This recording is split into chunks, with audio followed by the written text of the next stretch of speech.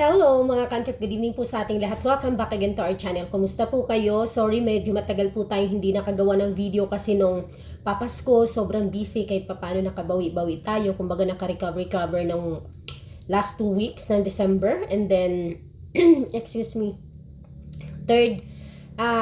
second week of December onwards, medyo naging busy talaga. Siguro hindi lang dito sa amin lahat naman kasi syempre lahat gustong magpagawa ng motor, makondisyon ang kanilang mga motor dahil nga papasko, maglo-long drive, magbabakasyon, mahaba ang biyahe. Syempre nakakondisyon, palit yan ng maintenance. Excuse po may sipon at ubo ako.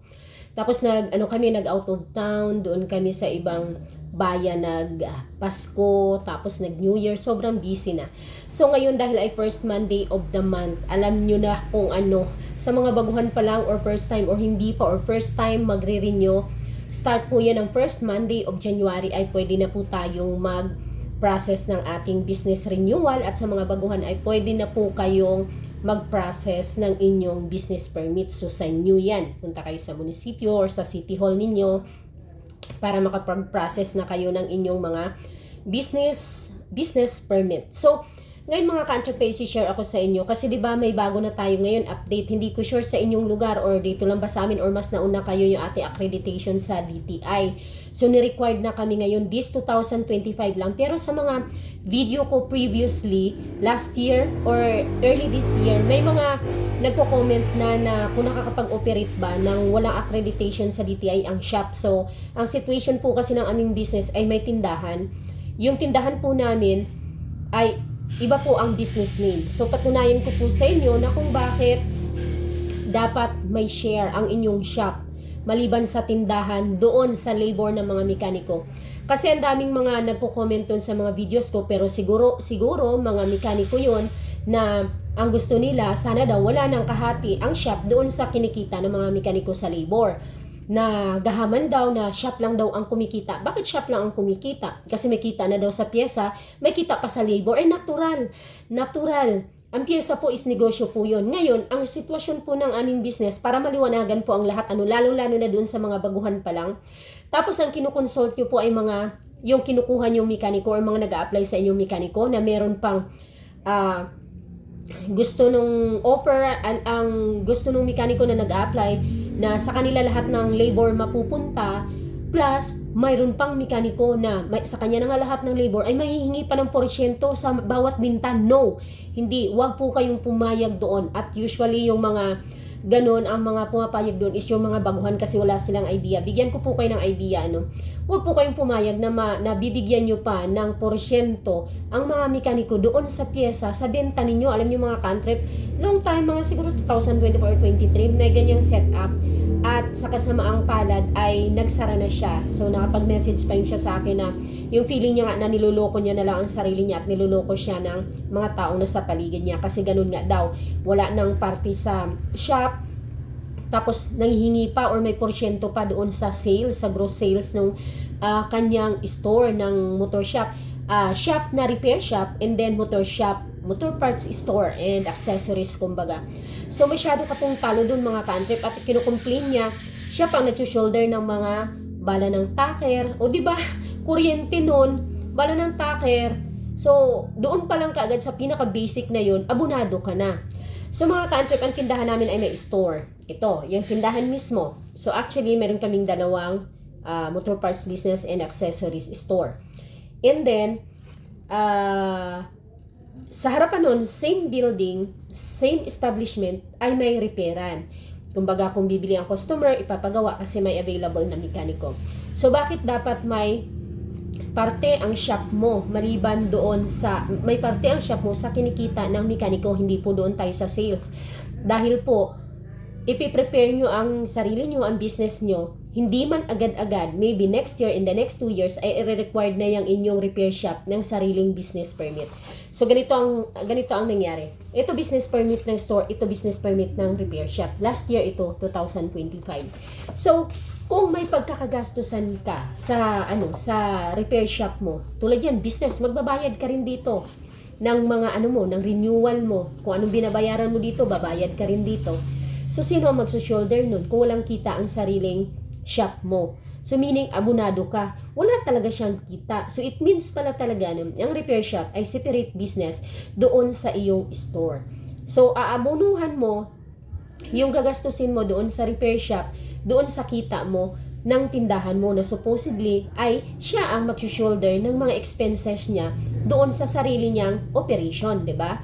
So paano mangyari na yung mga nagko-comment, siguro mga mekaniko yung mga nagko-comment din na gahaman daw tayo mga shop owner kasi bakit nanghihingi pa ng parte ang shop ay ang owner doon sa labor ng mga mekaniko. For your information po, doon, so ito may sariling permit po na kinukumply ang repair shop. Same establishment, yung typical ba na motor parts store, tapos may repair shop, may mekaniko. Siyempre, bibilihin, kukunin, igagawa, dyan lang din. Hindi siya nakaseparate na establishment ha, or na building, or na bahay. Same lang. Pero required ka na kunan yun ng sariling permit dahil nga siya ay separate business na siya.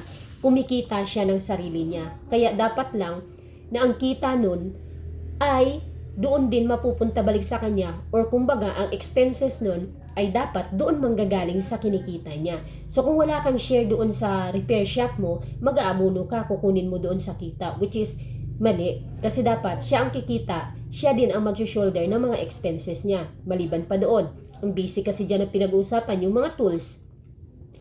Kung sabihin natin, may mga ka-antrip tayo na nag-shop na naging problema, yung sinasabi sa unang usapan na tools naman ng mekaniko, kaya wala nang hati ang shop owner doon sa labor. Mali po yun. Kasi pagdating ng panahon, hindi man lahat, pero marami na po tayong mga ka-antrip na experience yan na nagkakaproblema. Even po ako doon sa first branch namin, ganyan po ang sitwasyon. Hindi naman lahat, ulitin ko po, hindi po lahat, pero meron at meron. Baka yung mapunta sa inyo or makasalamuhan nyo is ganito, na pagdating ng panahon, sila na yung nagmamarunong, sila na yung mas nakakaalam kung paano mo dapat i-operate or patakbuhin ang store mo. May ka-antrip tayo na pinagsabihan pa nga siya, shop owner ha, lumaki na yung ulo ng kanyang mekaniko, na hindi mo kasi alam yan kung bakit ganito ang singil ko, kasi hindi mo naman alam yan kasi hindi ikaw nag-invest sa mga tools. O, ano bang mga tools na sinasabi? Basic lang naman.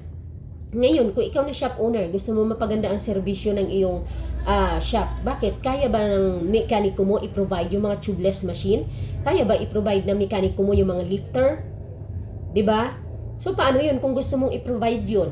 Dahil nga ang usapan niyo sa kanya ang tools, basic tools lang ang i-provide niya. Paano magi-improve yung inyong mga services sa inyong shop? Ngayon, magtatalo na kayo, mag-aaway na kayo kasi ang usapan ganito. Ikaw na shop owner, gusto mong mag-upgrade, gusto mong mag-level up, hindi mo magawa kasi ang napag-usapan nyo ng mekaniko, sa kanya ang tools, kanya lahat ng kita. Ngayon, mag-aaway kayo, magkakaproblema kayo sa konsumo ng kuryente. Kasi, ganyan, mga ispat-ispat, malaking konsumo din ng kuryente yan.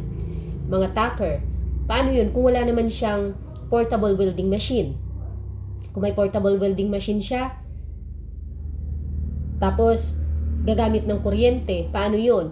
Okay, sabihin natin mag-share siya. Una lang po yan mga ka-antrip. Dinaanan ko na kasi yan. Una lang yan na parang maintindihan mo. Pero darating yung point na parang may mga pang-aabuso at para ka nang nilalabag or para nang iba na yung dating sa'yo. At doon ka makakaramdam na parang hindi tama to So, magkakaroon na kayo ng problema. So, from the start pa lang, inaano ko na, kumbaga sinasuggest ko ng mga ka-antrip na dapat malinaw, na dapat talaga may share yung iyong shop. Bahala na kayo kung paano kayo magkaintindihan or magkasundo, pero dapat talaga may share ang shop. First option, mayroong mga nagsi 60-40, 60% sa mekaniko, 40% sa shop. Second option, 70-30, 70% sa mekaniko, 30% sa shop. Third option, marong 20-80, 80% sa mekaniko, 20% sa shop, kagaya ng sa amin. What is just 20% doon sa mga masiservisyo naman na maibibigay ng shop, dahil doon sa kinikita niya na magle-level up ang inyong serbisyo. 'Di ba? So, ganun lang siya kasimple mga ka-antrip. Kaya dun sa mga baguhan pa lang at nagtatanong, huwag kayong pumayag na sa unang arangkada, okay, let's say sabihin natin, sige, bigyan mo ng pabor, pero dapat malinaw sa usapan nyo, o kung maaari nga, papirmahin mo, na sasabihin mo, ito ginawa ko rin dito, na dahil nga bago, maliit lang ang shop, so, nagkaroon kami ng kasunduan, ako nag-offer, sige, pagbibigyan kita, bibigyan kita ng pabor. On your first 6 months na pagtatrabaho dito, dahil kunti pa lang ang ating mga pyesa, tapos kunti pa lang syempre ang way back way back 2017, way back 2017. Bibigyan kita ng pabor. On your first 6 months dito sa shop, ay hindi ako manghingi ng parte sa labor mo. May mga pagkakataon pa noong mga una talaga na nagbibigay pa ako ng panggasolina kasi panggasolina ng mekaniko. Pero alam nyo ba, hindi yun umabot ng 6 months, malaki na yung kinikita niya. Pero tinupad ko yung aming usapan. Kahit na malaki na yung kinikita niya kasi dumami na yung customer, ganun-ganon. So, inabot ko talaga ng 6 months. Bago nga siya nag 6 months, nakapag-ipon na siya eh. Nagsisimula na siya magpagawa ng kanyang maliit na bahay. Nagawa lang naman sa kahoy, pero at least nakapag-ipon na siya. So, yun yung naging style ko. So, pwedeng yung gayahin o pwedeng diretsuhan na rin.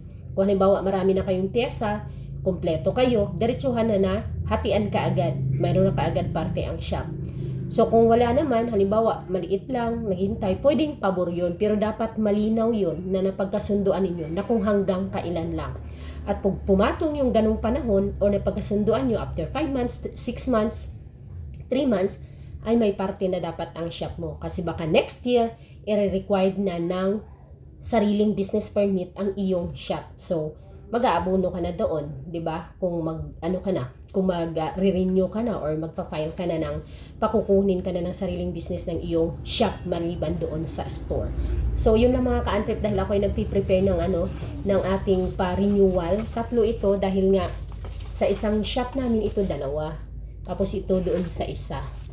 So, hopefully, ewan ko lang kung mahabol namin open ngayong January or February yung pang 3rd shop namin by God's grace. So, yun lang mga ka-antrip ang mai-share ko sa inyo mga ka-antrip kung bakit dapat may share ang inyong shop sa labor ng mga kinikita ng inyong mga mekaniko. Thank you pa. Comment na lang kung mayroon pa kayong gustong mapag-usapan natin na may mai-share ako sa inyo tungkol dito. Bye-bye!